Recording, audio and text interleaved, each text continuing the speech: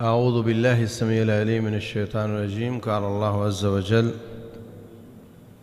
آمن الرسول بما أنزل إليه من ربه والمؤمنون كل آمن بالله وملائكته وكتبه ورسله لا نفرق بين أحد من رسله وقالوا سمعنا وأطعنا غفرانك ربنا وإليك المصير. مومن جو ایمان والے ہوتے ہیں، جو اللہ کی جماعت ہے، ان میں انتہا پسندی نہیں ہوتی. وہ اللہ والوں میں فرق نہیں کرتے، کچھ کو مان لیا، کچھ کی مخالفت شروع کر دی، بلکہ وہ سب کا احترام کرتے ہیں. آپ فرقوں اور مذہب کی بنیاد پر دیکھ لو، آپ جو بڑے بڑے دین ہیں، عیسائیت، یہودیت، اس بنیاد پر دیکھ لو. آپ کو جو اللہ والے ہیں، اللہ کی جماعت والے ہیں، وہ ایسے نظر آئیں گے کہ وہ اس طرح کے فرق روا نہیں رکھتے. کچھ لوگوں نے ایک دو صحابیوں کو پکڑ کے نبی اور نبی سے اوپر رب کے برابر کر دیا، اور باقی صحابہ کرام کو برا کہنا شروع کر دیا. تو جن کو پکڑ کے رب کے برابر کیا، اللہ کے سوا جن سے مدد مانگی جاتی ہے، ان کے ساتھ بھی زیادتی ہوئی، اور جن کو برا کہنا شروع کیا، ان کے ساتھ بھی زیادتی ہوئی. جو فقہی مذاہب ہیں، ان میں آپ دیکھ لو، ایک آدمی ایک امام کو پکڑتا ہے، دوسرے کی مذمت بیان کرتا ہے، بلکہ اس کی مذمت میں حدیثیں بناتے ہیں. جبکہ جو اللہ والے ہیں وہ سب کا احترام کرتے ہیں، سب کا اکرام کرتے ہیں، سب کی بات مانتے ہیں. جب آپ نے ایک پکڑ لیا تو باقیوں کی تو نفی کرنی پڑے گی. اور ادیان کے لیول پر بھی آپ دیکھ لو کہ مسلمان، اللہ ان کو فرماتا ہے: لا نفرق بین احد من رسلہ، ہم نبیوں میں کوئی فرق نہیں کرتے. لا نفرق بین احد من رسلہ. اسلام میں وہ بندہ اس وقت تک مسلمان نہیں ہو سکتا جب تک حضرت عیسیٰ کو اللہ کا نبی نہ مانے، سچا نبی نہ مانے. حضرت موسیٰ علیہ السلام کو اللہ کا سچا نبی اور رسول نہ مانے، وہ بندہ مسلمان نہیں ہو سکتا. ان کو بھی مانتے ہیں، ان کا بھی احترام کرتے ہیں. اور جو آخری نبی محمد ہیں صلی اللہ علیہ وسلم، جن کی شریعت نے آ کر سابقہ شریعتوں کو منسوخ کیا، جن کی کتاب نے باقی کتابوں کو منسوخ کیا، ان کو بھی مانتے ہیں. لیکن جو انتہا پسند ہیں، وہ ایک کو مانیں گے، باقیوں کو برا کہیں گے، ان کے خاکے بنائیں گے، قرآن کی بے حرمتی کریں گے، اس کو جلانے کی کوشش کریں گے. اور ہم کبھی تورات کو نہیں جلائیں گے،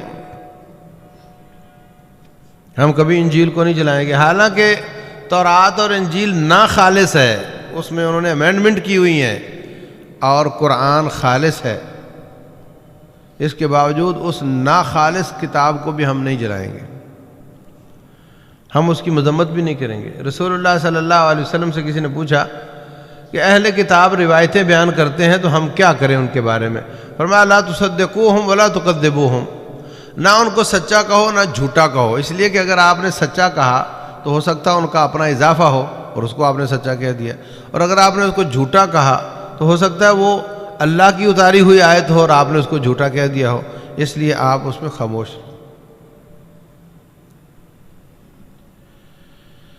ایک بات تو یہ تھی. دوسری بات یہ ہے کہ اسلام میں کافروں کے ساتھ سودا لین دین کرنا جائز ہے. نبی صلی اللہ علیہ وسلم یہودیوں کے ساتھ بھی لین دین کر لیتے تھے، عیسائیوں کے ساتھ بھی کر لیتے تھے. اسلام میں غیر مسلم کے ساتھ کاروبار کرنا ناجائز نہیں.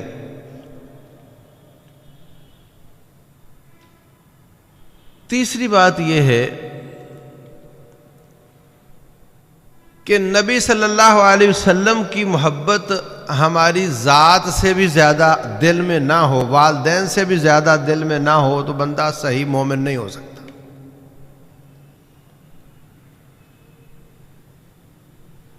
جب تک آپ کی محبت اپنی ذات سے بھی زیادہ نہ ہو، وہ بندہ مومن نہیں ہو سکتا۔ والدین سے بھی زیادہ نہ ہو، بندہ مومن نہیں ہو سکتا۔ اگر کوئی شخص محلے کی دکان پر جاتا ہے، وہاں سے سامان لیتا ہے، اس کی والدہ گئی، اس نے جا کر سودا لیا، کسی بات پہ جھگڑا ہوا، اس نے آپ کی والدہ کو اللہ نہ کرے گالیاں دے دی،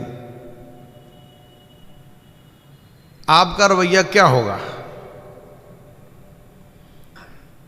اس کی دکان پر جا کر اس کا سر پھوڑو گے یا اس سے جا کے سودا خریدو گے؟ بولو۔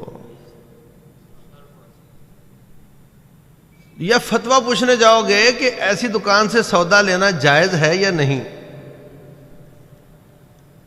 فتویٰ پوچھو گے؟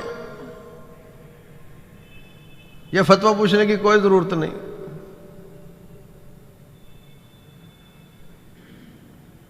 ساری زندگی بائیکاٹ کرو گے اس کا، 2-4 قدم آگے جا کر کسی اور دکان سے خریدو گے، اس سے نہیں لوگے، حالانکہ وہ مسلمان ہے۔ ٹھیک ہے تیری والدہ سے جھگڑا ہوا اس کا، وہ بد زبان صحیح، بد اخلاق صحیح، لیکن کلمہ پڑھنے والا ہے، ہو سکتا ہے نمازی بھی ہو۔ تو آپ یہ فتویٰ نہیں پوچھو گے کہ جی وہ کافر سے سودا سلف کرنا جائز ہے کہ نہیں۔ بات تو یہ ہے کہ بھائی یہاں کفر اسلام کی تو بات ہی نہیں، بات تو یہ کہ میری والدہ کو اس نے گالیاں دی ہیں، میں نہیں لیتا اس سے۔ اب یہ جو ناروے ہے یا دوسرے تیسرے ہیں،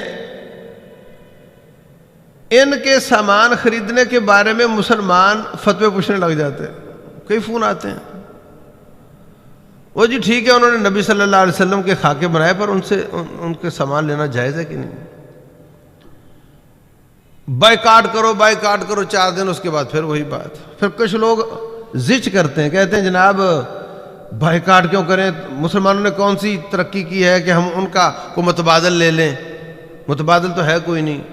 جب یہ سب چیزیں نہیں تھیں تو اس وقت متبادل کیا تھا؟ کیا یہ ہماری کیا ناروے آٹا پیدا کرتا ہے جو آپ آٹے کا متبادل نہیں ملتا آپ کو؟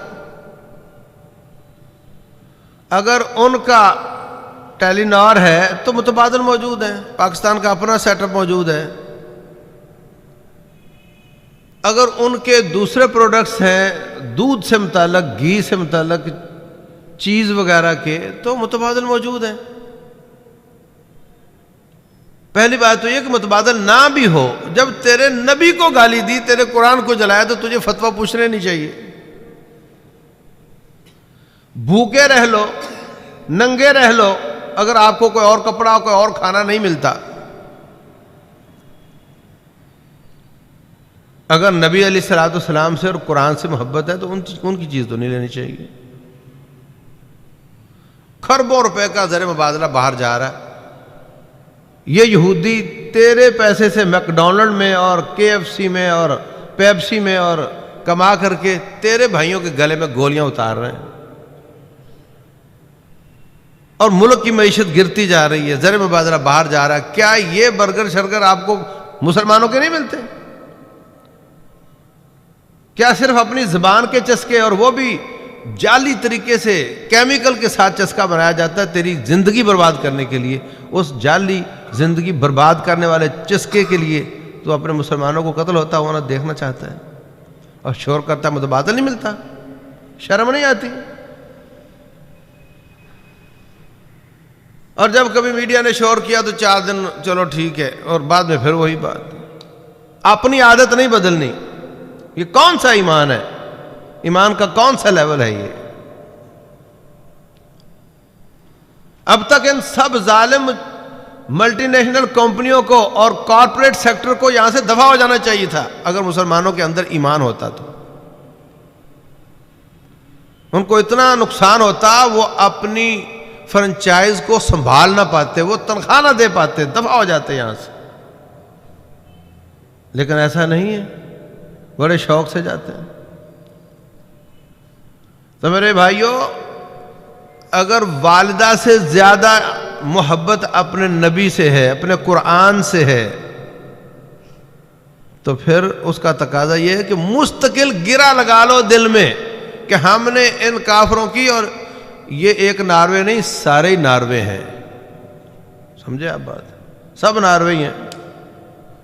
جتنی باہر سے آنے والی پروڈکٹ ہیں یہ تیرے صحت کے بھی خلاف ہے، برباد کرتے ہیں اور تیرا مال بھی لے کر جاتے ہیں صرف زبان کے چسکے کے لیے. تو ہمیں مستقل طور پر اپنے ملک کی مصنوعات کو کھانا چاہیے. میں کہتا ہوں ملک کی بھی نہیں، گھر پکا کر کھاؤ، گھر بنا کر کھاؤ اپنے، چھوڑو بازاروں کے چکر، یہ صحت برباد کرتے ہیں. اور جو باقی چیزیں ہیں جہاں جہاں صبر ہو سکتا ہو مت لو، جہاں متبادل ملے متبادل لو، اور ان ظالموں کو اتنا نقصان پہنچاؤ کہ وہ جان چھوڑیں، دفع ہو جائیں.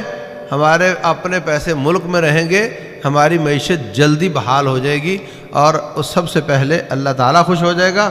اس کے رسول صلی اللہ علیہ وسلم بھی قیامت والے دن آپ پر خوش نظر آئیں گے. ہمارے ایمان کا تقاضا پورا ہو جائے گا. اللہ تعالیٰ سمجھنے اور عمل کرنے کی توفیق دے. مفتی محمد یوسف طیبی کے بیانات سننے کے لیے ہمارا یوٹیوب چینل سبسکرائب کریں اور ہمارے دیگر سوشل اکاؤنٹس لائک اور شیئر کریں. جزاک اللہ خیر.